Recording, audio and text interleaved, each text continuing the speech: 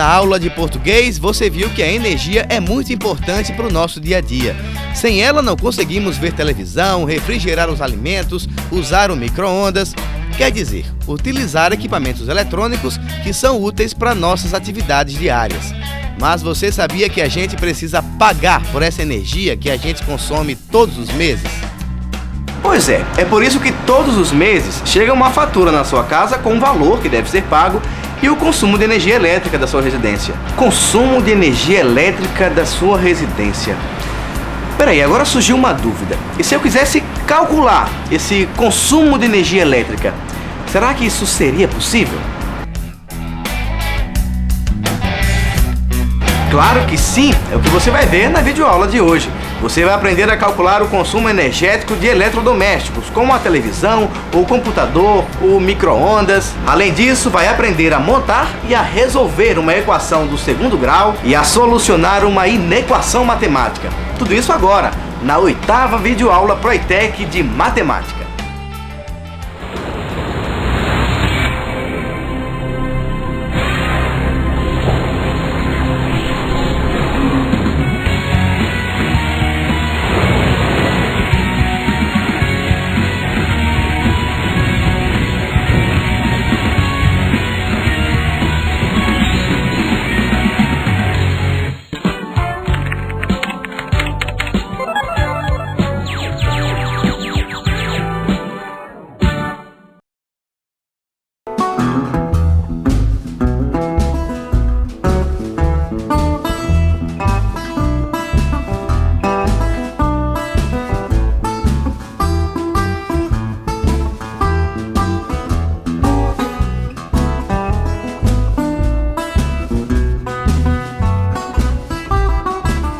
Caramba, já faz mais de 1 hora que tá faltando energia e até agora nada. Ah, é mesmo. É tão chato, né, querer ver TV e não poder. Ainda mais hoje, que eu queria ver aquela entrevista. Eu tô aproveitando o tempinho livre e tô atualizando meu blog aqui pelo celular mesmo. Ah, amiga, você tem sorte, né, que seu celular tá carregado. O meu nem carregar eu consegui, ó. Miguel, eu tava aqui pensando, a sua casa tem TVs, aparelhos de som, ar-condicionado, ventilador.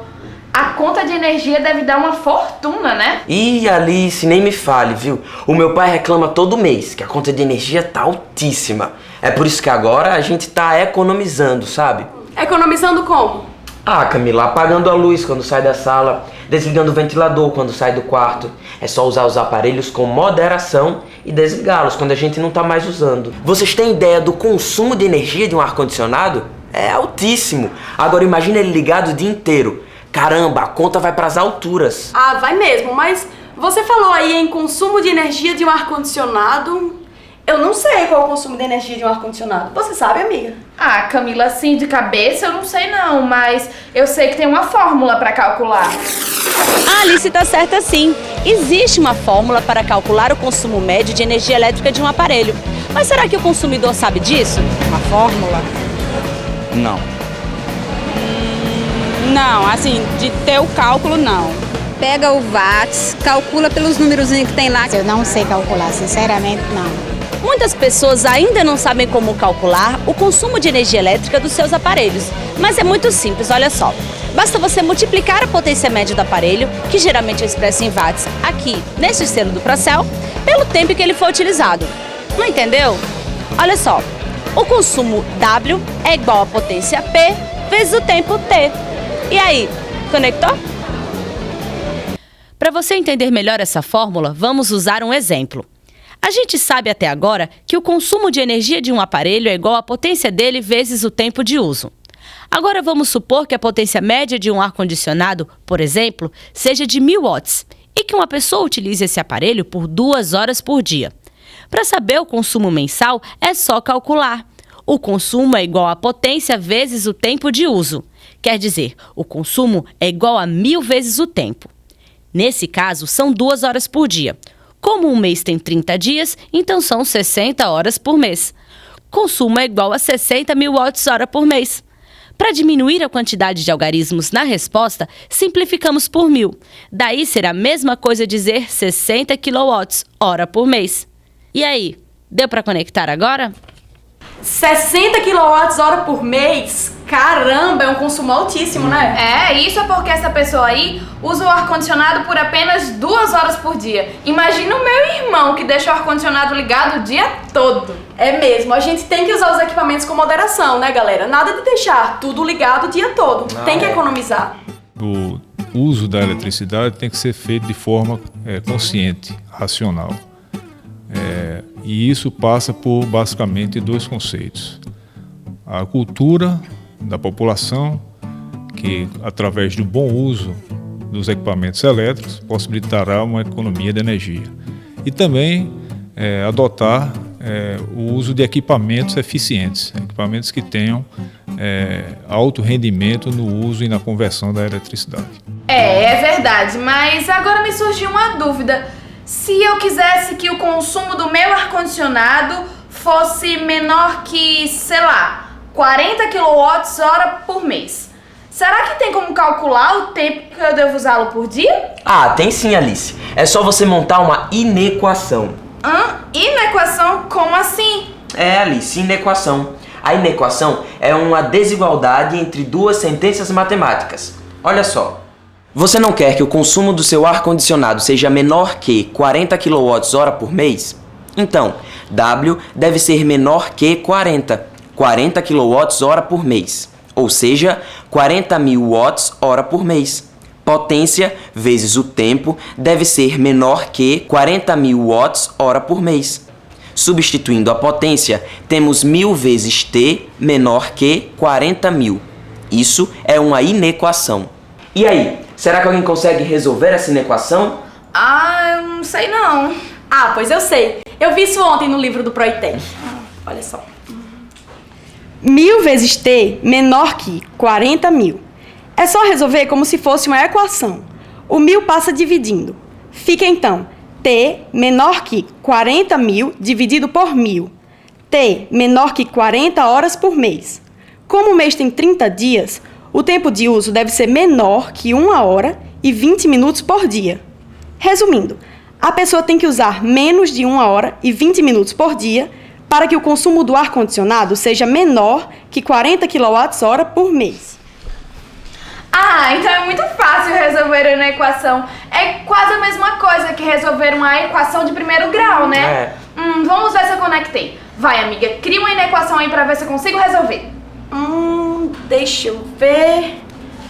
2x mais 5 menos 3 maior que 77 menos x. Boa. Vamos lá. 2x mais 5 menos 3 maior que 77 menos x. Resolvendo, 2x mais 2 maior que 77 menos x.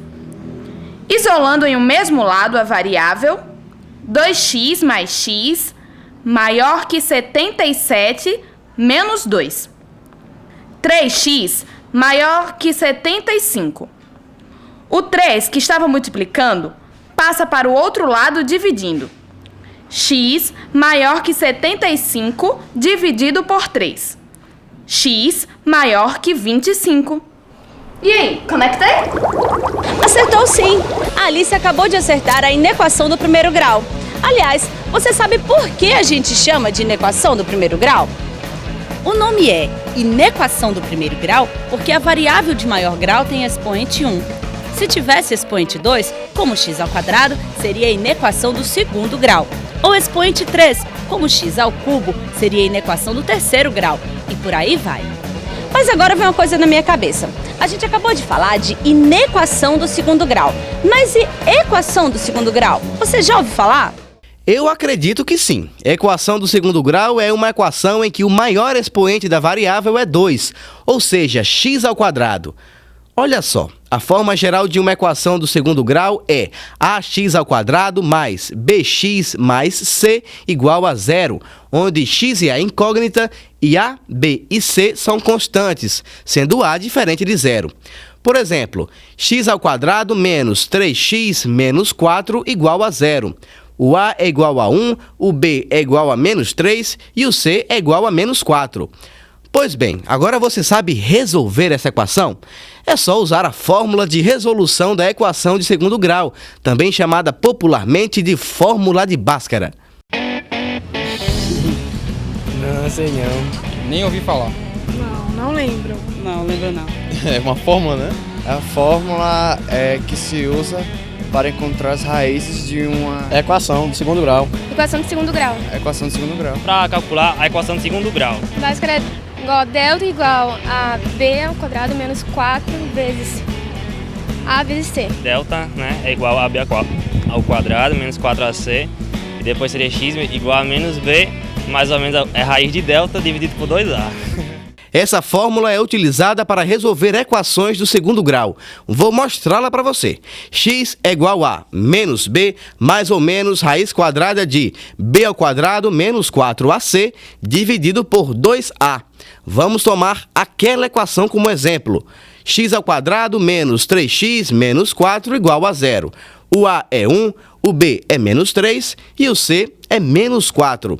Para resolver, vamos substituir na fórmula resolutiva ou fórmula de Bhaskara. X igual a 3 mais ou menos raiz quadrada de 9 mais 16 dividido por 2 vezes 1. X igual a 3 mais ou menos raiz de 25 dividido por 2. X igual a 3 mais ou menos 5 dividido por 2. X' igual a 3 mais 5 dividido por 2, que é 4. E x duas linhas igual a 3 menos 5 dividido por 2, que é menos 1. Essa é a resposta dessa equação do segundo grau. X' igual a 4 e x duas linhas igual a menos 1. Como você pode ver, a fórmula resolutiva é fundamental para a resolução das equações do segundo grau. Caramba, essa fórmula é grande mesmo, né? Será que agora alguém consegue dar outro exemplo de equação de segundo grau para fixar melhor? Ah, deixa comigo que eu sou boa em exemplos, ó. X ao quadrado menos 10x mais 25 igual a 0. Para resolver, usamos a fórmula de Bhaskara. X igual a menos b, mais ou menos raiz quadrada de b ao quadrado menos 4ac dividido por 2a.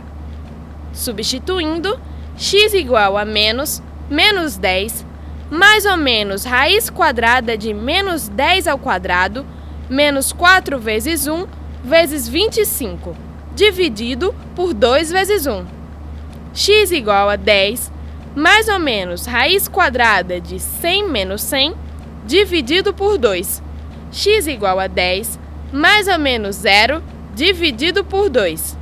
X' igual a 10 mais 0, dividido por 2, que é igual a 5. E x duas linhas é igual a 10 menos 0, dividido por 2, que também é igual a 5. Sendo assim, temos duas raízes reais e iguais a 5. Aí, se a gente substituir o x pelo 5, a gente vai ver que está correto. Nossa, amiga, você tá muito esperta. É, a Alice tá se superando, hein? Caramba, a energia voltou! Agora eu vou poder ver aquela entrevista. Ih, cadê a entrevista? Ih, Miguel, eu acho que sua entrevista já acabou. Seu programa foi por água abaixo. Por água abaixo não, foi por energia abaixo. E aí, conseguiu aprender todo o conteúdo da videoaula de matemática de hoje? Não? Então não se desespere, a gente te dá uma colher de chá. Se liga aí na revisão.